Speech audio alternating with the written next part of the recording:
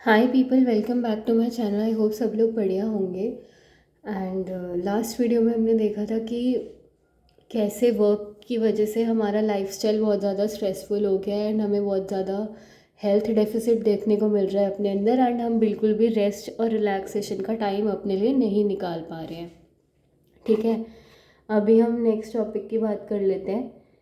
And next topic है कि हम अलग अलग डेफिनेशंस देखने वाले हैं स्ट्रेस की, जो अलग अलग लोगों ने दी हैं। तो कंटेम्प्रेरी टाइम्स की अगर मैं बात करूँ, मतलब प्रेजेंट टाइम की अगर हम बात करें, लेटेस्ट रिसेंट जिस टाइम में हम अभी हैं, यहाँ पे वर्ड स्ट्रेस के ना बहुत सारे अलग अलग कॉनोटेशंस और अलग अलग डेफिनेशंस हैं।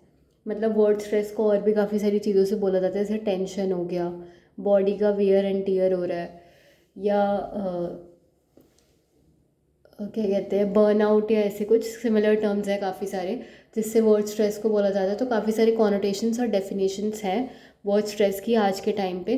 क्यों? क्योंकि ह्यूमन की कंडीशन जैसी हो रही है ना अभी, उसके पर्सपेक्टिव्स बहुत सारे हैं, वेरियस पर्सपेक्टिव, और अलग अलग इंडिविजुअल है तो इंडिविजुअल डिफरेंसेस हैं। एंड हर एक इंडिविजुअल का स्ट्रेस को देखने का नज़रिया अलग है। एंड अलग अलग इंडिविजुअल्स का नज़रिया अलग अलग होता है स्ट्रेस को देखने का, समझने का, स्ट्रेस को फील करने का, इवन परसीव करने का भी। एंड सबकी बॉडी अलग अलग तरीके से रिएक्ट करती है टुवर्ड्स द स्ट्रेस। एंड इस पर भी डिपेंड करता है कि वो स्ट्रेस कहाँ से आ रहा है, कितने टाइम के लिए है हमारे ऊपर, और किस चीज़ का स्ट्रेस है, एंड स्ट्रेस के पीछे की वजह क्या है। तो अलग अलग ह्यूमन पर्सपेक्टिव्स के हिसाब से और अलग अलग ह्यूमन कंडीशन जो हिसाब से अभी हो रही है, ह्यूमन के हालात, जिन हालातों में एक ह्यूमन बीइंग है ना, उसके हिसाब से अलग अलग पर्सपेक्टिव्स हैं। एंड उसकी वजह से काफ़ी सारे कॉनोटेशंस और डेफिनेशंस हैं आज के टाइम में स्ट्रेस के। देन ईस्टर्न फिलोसफीज़ की बात कर लेते हैं। तो उस टाइम पे स्ट्रेस को ऐसे कंसिडर किया जाता था कि बिल्कुल ही शांति नहीं है, इंसान के अंदर अंतर्मन में शांति जो है ख़त्म हो चुकी है, उसका एब्सेंस हो गया है बिल्कुल। तो stress is considered to be an absence of inner peace, कि उसके माइंड में, बॉडी में बिल्कुल भी कहीं पे भी उसे शांति महसूस नहीं हो रही है, और जब शांति नहीं है तो कहीं ना कहीं स्टेबिलिटी मिसिंग है। तो स्ट्रेस को ऐसे डिफाइन किया था ईस्टर्न फिलोसफीज़ ने। देन वेस्टर्न कल्चर की अगर बात करें तो स्ट्रेस को ऐसे डिस्क्राइब किया गया है कि इमोशनल कंट्रोल बहुत ज़्यादा लॉस हो गया है, इमोशनल कंट्रोल की कमी आ रही है, या लैक या स्कैरसिटी हो गई है, या लॉस, बिल्कुल ख़त्म है हमारा इमोशनल कंट्रोल, तो वो स्ट्रेस है। देन आगे हमारा, अब इनका नाम मेरे को नहीं पता मैं सही से प्रोनाउंस कर रही हूँ या नहीं, बट ठीक है। तो एक नोटेड, मतलब फेमस हमारे प्रोमिनेंट हीलर हैं सेर्गे काहिली किंग। एंड इन्होंने स्ट्रेस को कैसे डिफाइन किया कि कोई भी चेंज जो भी इंडिविजुअल एक्सपीरियंस कर रहा है वो स्ट्रेस है। मतलब अगर मेरी डेली लाइफ में कुछ भी चेंज आ रहा है जो मैं एक्सपीरियंस कर रही हूँ, तो that is called the stress for me, क्योंकि वो डेली रूटीन से कुछ हटके है, कुछ अलग है, एंड वो एक चेंज है, एक बदलाव मुझे देखने को मिल रहा है अपने अंदर या अपनी चीज़ें जैसे मैं करती हूँ उसके अंदर, एंड वो स्ट्रेस क्रिएट कर रहा है, तो वो स्ट्रेस है। साइकोलॉजिकली अगर मैं बात करूँ कि स्ट्रेस क्या होता है तो स्ट्रेस को ऐसे डिफाइन किया जाता है साइकोलॉजिकली कि जैसे रिसर्चर, एक फेमस रिसर्चर है, इनका नाम हमें आगे भी पढ़ने को मिलेगा बहुत बार, तो ये नाम याद होना चाहिए, रिचर्ड लैजरस। इन्होंने कोपिंग स्टाइल्स भी दिए हैं, हम आगे देखेंगे, या 11th-12th में पढ़े भी होंगे may be. Problem focus, emotion focused, और शायद दोनों का मिक्स था एक, मुझे भी याद नहीं अभी। तो रिचार्ड लैजरस ने स्ट्रेस को कैसे डिफाइन किया कि कोई भी ऐसा स्टेट है, एनजाइटी, जो हमारे लिए प्रोड्यूस कर रहा है जब इवेंट्स और रिस्पॉन्सिबिलिटीज़ जो है वो मेरी कोपिंग एबिलिटी से एक्सीड हो जाते हैं, ज़्यादा हो जाते हैं। मतलब मेरी जो सहने की और टॉलरेबल वाली शक्ति है ना, सहने की शक्ति सॉरी, एंड टॉलरेटिंग पावर, उससे अगर कुछ ज़्यादा मुझे फेस करने को मिल रहा है तो वो चीज़ मेरे लिए स्ट्रेस है। उससे अगर कुछ ज़्यादा चैलेंजिंग है, थ्रेटनिंग है मेरे लिए, या हार्म कॉज कर रहा है मुझे, या मेरे आसपास के लोगों को मेरी वजह से हार्म हो रहा है, तो वो मेरे लिए स्ट्रेसफुल है। अब इनको, इस डेफिनेशन को सिंपल वर्ड्स में समझते हैं बिकॉज ये बहुत ज़्यादा इंपॉर्टेंट है। तो हमने देखा कि ईस्टर्न फिलोसफीज़ ने डेफिनेशन दी थी अपने कि इनर पीस का ख़त्म हो रहा है हमारे अंदर, इनर पीस, और उसका एब्सेंस है, उसका लॉस है, तो वो स्ट्रेस है। देन वेस्टर्न कल्चर की डेफिनेशन देखी हमने कि स्ट्रेस का मतलब है कि इमोशनल कंट्रोल का लॉस है, इमोशनल कंट्रोल हमारे अंदर ख़त्म है, तो वो स्ट्रेस है। फिर हीलर सर्गे काहली किंग ने बोला था कि कोई भी चेंज जो हम एक्सपीरियंस कर रहे हैं अपनी लाइफ में वो स्ट्रेस है।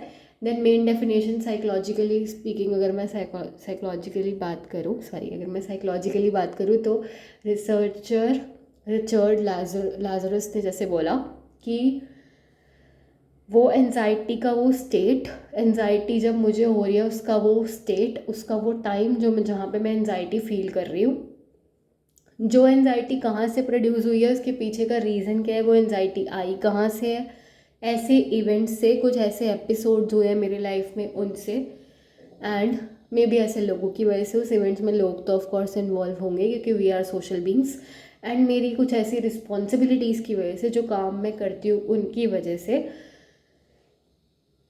Anxiety produced when events and responsibilities exceed कर गए हैं, ज़्यादा हो गए हैं, मेरी लिमिट के बाहर या मेरी पहुँच के बाहर हो गए हैं, जितनी मेरी कोपिंग एबिलिटीज़ है उससे ज़्यादा हो गए हैं वो। मतलब जितना, जिस हद तक, जैसे मान लो 5% मेरी कुछ कोपिंग एबिलिटीज़ है कि मैं चीज़ों से इतना हद तक ही डील कर पाती हूँ, इतना हद तक ही सहन शक्ति है मेरी, इतना हद तक ही टॉलरेट कर पाती हूँ चीज़ों को, और इतनी मेरे अंदर कोपिंग एबिलिटीज़ है। एंड कोपिंग का मतलब ये होता है कि कोई स्ट्रेस आ रहा है, कोई प्रॉब्लम है मेरे सामने, then how should I face that and how should I solve that, मैं उसे रिजॉल्व कैसे करूँगी, उसके लिए सॉल्यूशन कैसे निकालूंगी, वो एक कोपिंग होती है। कोपिंग में हम पढ़ेंगे आगे काफ़ी तरीके से होती है, एक इफेक्टिव और एक इनइफेक्टिव। जो मेन हम देख लेते हैं लाजरस के हिसाब से, प्रॉब्लम फोकस और इमोशन फोकस। एंड इसमें मैं डीप में नहीं जा रही क्योंकि डेफिनेशन को समझना है तो कन्फ्यूजन क्रिएट नहीं करनी है। तो लाजरस का कहना ये था कि ऐसी स्टेट एनजाइटी की, जो एनजाइटी कहाँ से आ रही है, इवेंट से और रिस्पॉन्सिबिलिटी से जो मेरे सिर के ऊपर मैं होल्ड करती हूँ। बट इवेंट्स और रिस्पॉन्सिबिलिटी तो हमेशा ही रहते हैं लाइफ में, लाइफ का पार्ट है वो तो, एंड उनमें प्रॉब्लमेटिक कुछ चीज़ होगी तो मुझे उसके साथ डील करना है, मुझे उसके साथ कोप करना है, इफ़ चाहे वो मेरे लिए स्ट्रेस क्रिएट करे चाहे ना करे। बट जब वो स्टेट ऑफ एनजाइटी प्रोड्यूस कर रहे हैं मेरे लिए, एंड ऐसे टाइम पे जब इवेंट्स और रिस्पॉन्सिबिलिटी से कोप करने की जो मेरी शक्ति, जो क्षमता है ना, कोपिंग एबिलिटी, वो उससे एक्सीड कर गए हैं, उससे ज़्यादा मेरे लिए वो एनजाइटी प्रोड्यूस कर रहे हैं, जितना मेरी बॉडी डील नहीं कर सकती, जितना मैं झेल नहीं सकती, जितना मेरी बॉडी हैंडल नहीं कर सकती। ठीक है। तो लाजरस का क्या कहना था कि स्टेट ऑफ एनजाइटी प्रोड्यूस्ड जब इवेंट्स और रिस्पॉन्सिबिलिटीज़ एक्सीड कर जाते हैं, बहुत ज़्यादा मेरे सिर पे बोझ और बर्डन क्रिएट हो गया रिस्पॉन्सिबिलिटीज़ का, काम का, ऐसे इवेंट्स का, कुछ लोगों की वजह से, कुछ मेरी वजह से, कि मुझे टाइम मैनेजमेंट करना नहीं आ रहा, जो कि मुझे सच में नहीं आता है। ठीक है। और वो मेरे लिए स्ट्रेस क्रिएट करता है ऑफकोर्स।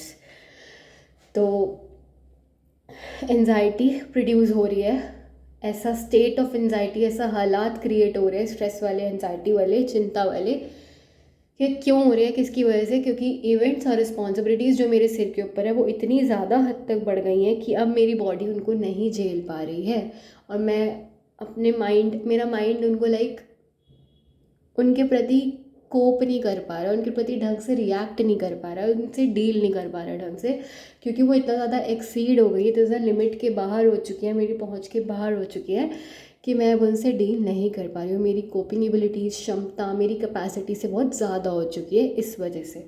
देन अगर फिजियोलॉजिकली मैं बात करूँ, अगर मैं बॉडी के हिसाब से डिफ़ाइन करूँ ना स्ट्रेस क्या होता है, तो स्ट्रेस को ऐसे डिफ़ाइन किया गया है कि एक हद, एक रेट या एक परसेंटेज, जितना हद तक मेरी बॉडी में वियर एंड टीयर, बर्बादी हो चुकी है। ठीक है। जितना हद तक मेरी बॉडी में डेप्रिसिएशन हो चुका है वो स्ट्रेस है।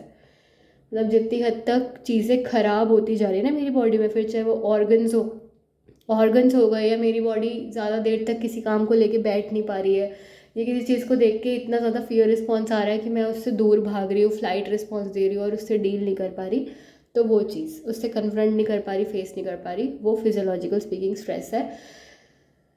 मतलब बॉडी वाइज अगर स्ट्रेस को एक्सप्लेन करें तो ऐसे है कि rate of wear and tear on the body, मतलब डिग्री, रेट और extent and amount of wear और टीयर जो स्ट्रेस कॉज कर चुका है ना मेरी बॉडी पे, वही स्ट्रेस है। ठीक है।